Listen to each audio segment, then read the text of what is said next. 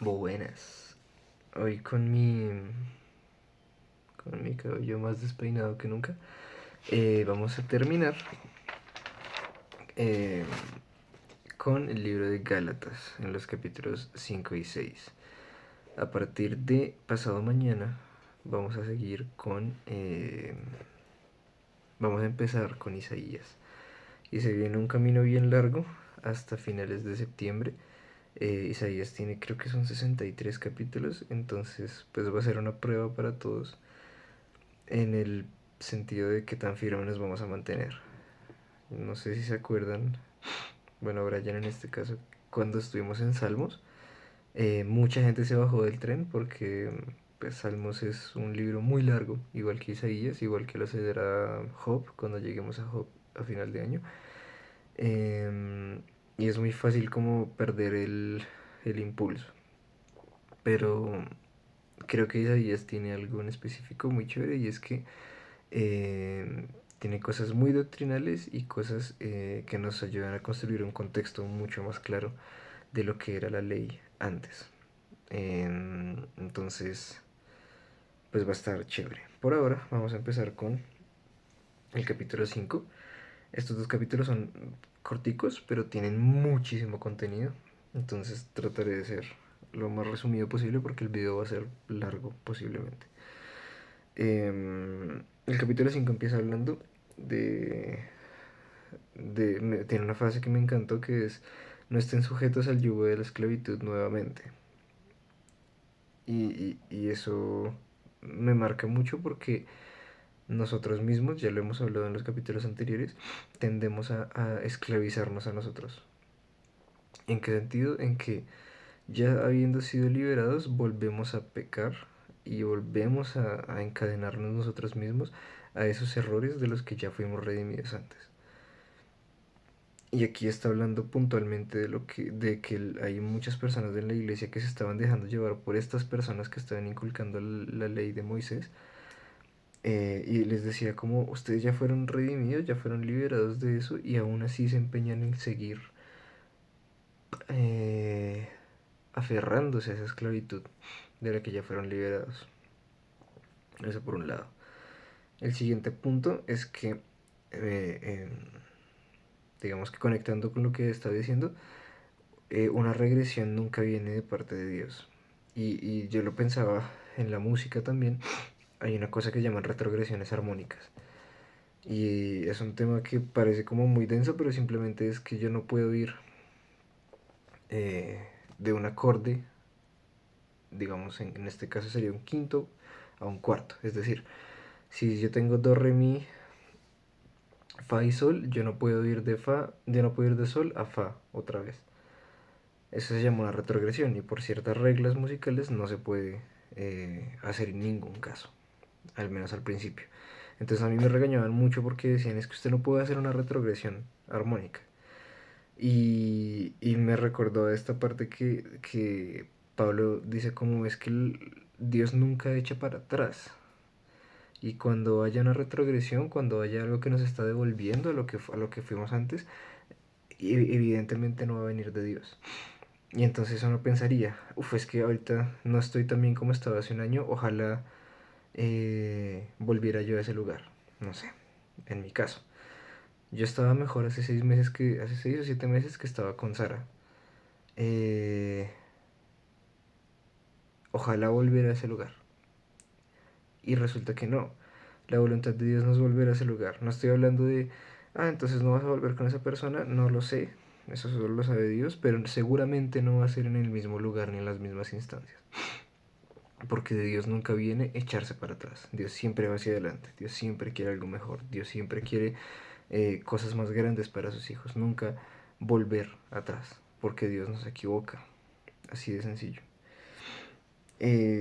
Sí, siguiendo ya con el tema, también hablando de esto de las personas que estaban, digamos, trayendo esa confusión a la iglesia de la ley antigua, eh, da este símil de la levadura. Dice que una pizca de levadura leuda toda la masa. Y no sé si han visto cómo se hace el pan, pero básicamente para un montonón de masa, para hacer un montonón de panes, se le echa una pizquita muy pequeña de levadura. La levadura es un hongo que se multiplica muy rápido y que muy rápido hace que toda la masa se llene de aire. Y este ejemplo lo utilizan mucho en la Biblia, donde casi siempre la levadura se refiere al pecado. Y entonces dice que no podemos consentir en la iglesia una pizca de pecado ni una pizca de confusión porque va a contaminar muy rápido a todos los demás. Y entonces podemos poner un ejemplo. En el grupo de jóvenes hay alguien que escucha, no sé, death metal satánico. Y él considera que eso no está mal porque eso no le afecta en su espiritualidad. No voy a entrar en las connotaciones musicales, pero supongamos que yo, pues pongámoslo en mi caso, yo no escuchaba death metal ni nada de eso, pero sí escuchaba música dura en su momento y, y yo llegué a compartir esa música con personas de la iglesia.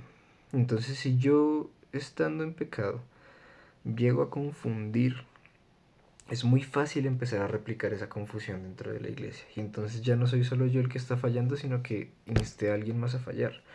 Y puede pasar con una persona que venga y es que a mí me gusta, no sé, parce, leer sobre el hinduismo, lo cual no está mal, pero resulta que me gusta practicar esto también y esto del cristianismo y esto del catolicismo y esto de no sé qué, y eso empieza a generar confusión en la iglesia. Y si permitimos que una pizca, que una manzana se pudra, todas las demás se van a empezar a pudrir.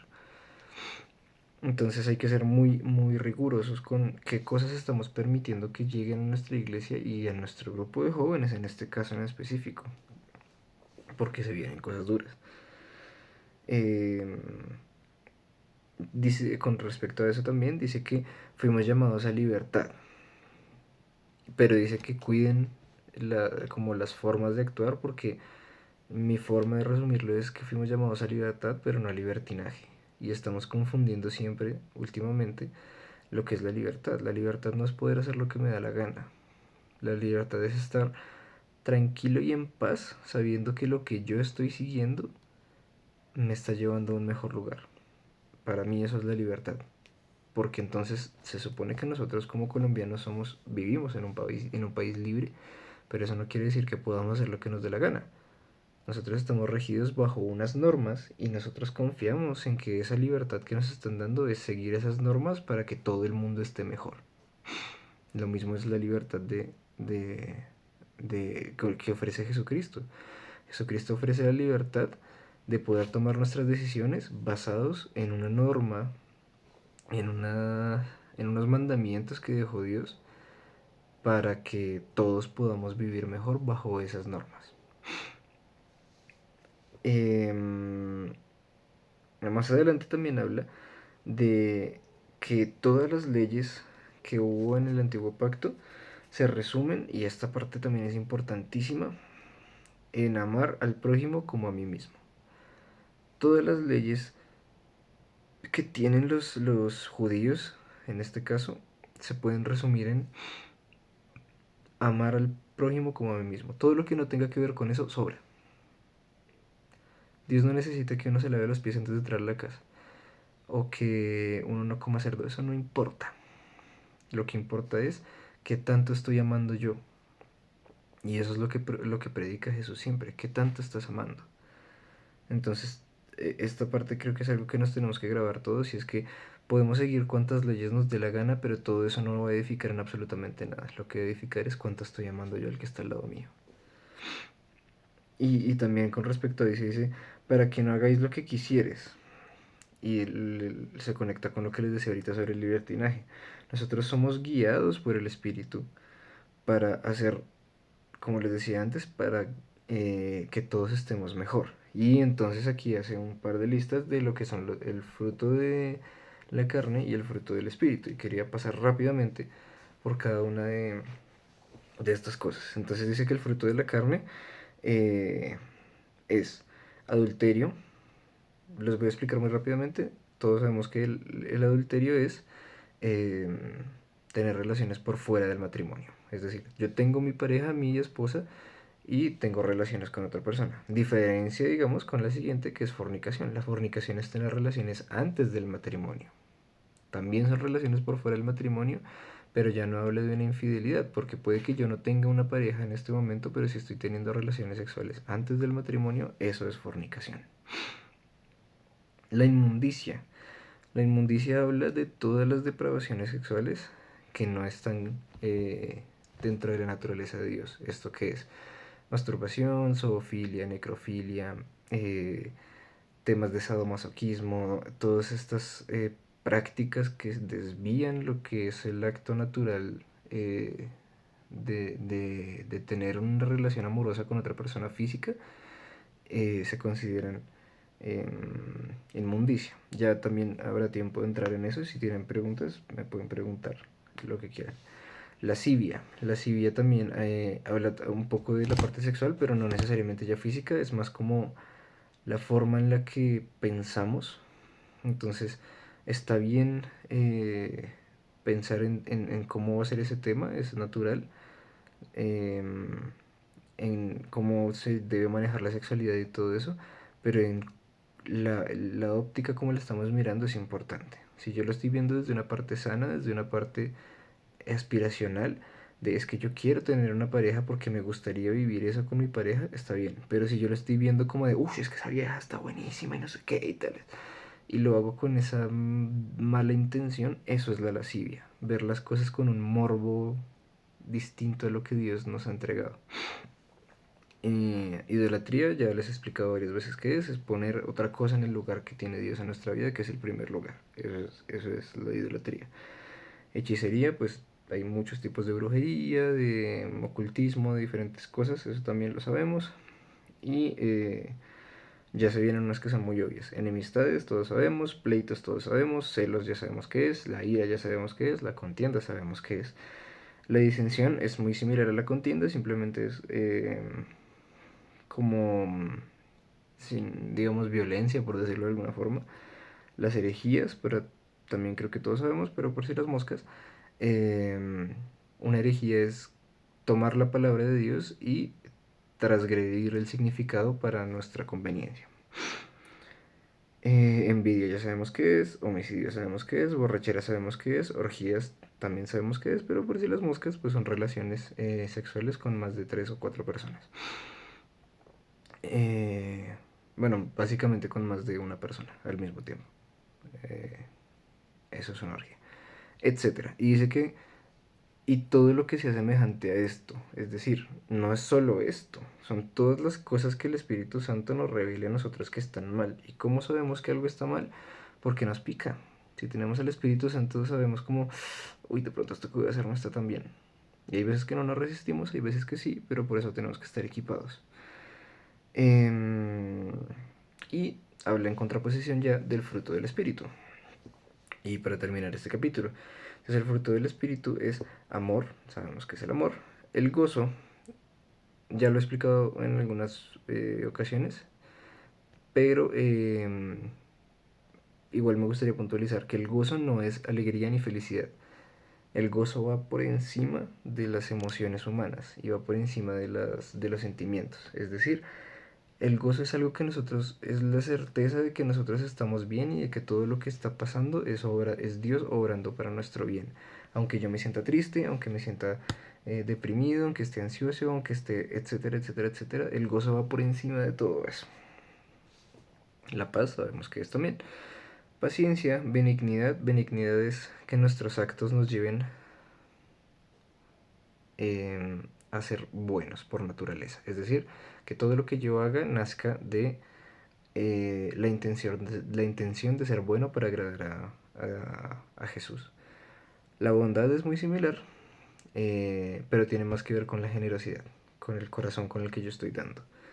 La fe, la convicción de lo que se espera y la certeza de lo que no se ve. Eh, mansedumbre. Mansedumbre es curioso, es fácil de interpretar, pero difícil de explicar. Pero yo lo interpreto como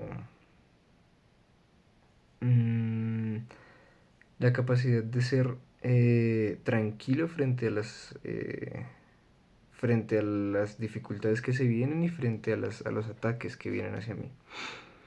Y templanza es qué tanto aguanto, básicamente, qué tanto aguanto. Ya pasando al capítulo 6, este es un poquito más acotadito. Lo primero que dice, y me gustó mucho, es sobrellevar las cargas los unos de los otros, y es la definición de iglesia.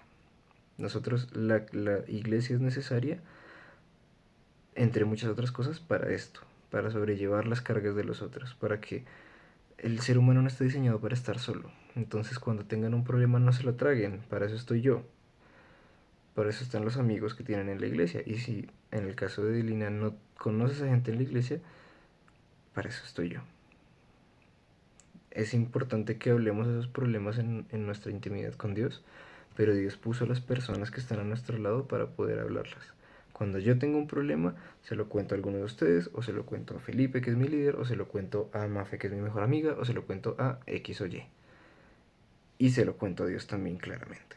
Entonces eso es importante, que hagamos comunidad, que hagamos iglesia en el sentido de ayudarnos los unos a los otros. Habla también más adelante de sembrar para la carne y sembrar para el espíritu. Y esto me parece chévere, hacer como un cuadro comparativo mental de lo que sembramos para la carne genera corrupción y genera distorsiones. Lo que sembramos para el espíritu genera vida eterna. Es decir, yo no puedo esperar que escuchando, por ejemplo, en mi carrera, yo no puedo esperar que produciendo música para el mundo Dios me bendiga con cosas espirituales. No funciona así. Si yo quiero ser bendecido con cosas espirituales, enfoco mi trabajo hacia cosas espirituales. Yo, en vez de producir música para el mundo, yo dejo de producir un reggaetón para producir una canción de alabanza que me inventé en la iglesia, una cosa así.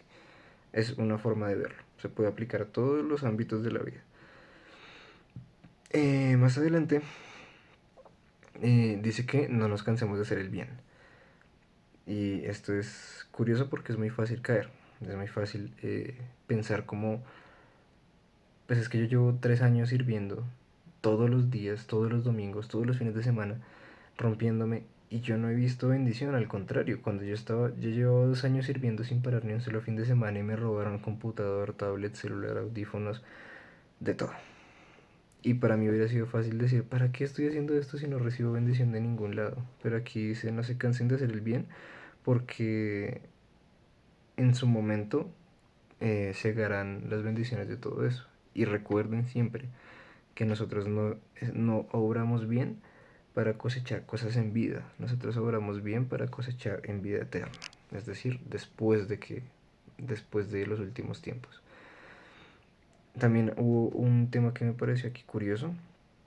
Y es que dice que ni siquiera los religiosos guardan la ley, que ni siquiera los que están circuncidados guardan la ley y quieren que uno se circuncide para aparentar. Y esto es importante. Obviamente no podemos hablar de circuncisión hoy en día porque es algo que no tiene como mucha relevancia, pero sí podemos hablar de religiosidad. Entonces, veámoslo con el ejemplo de una viejita.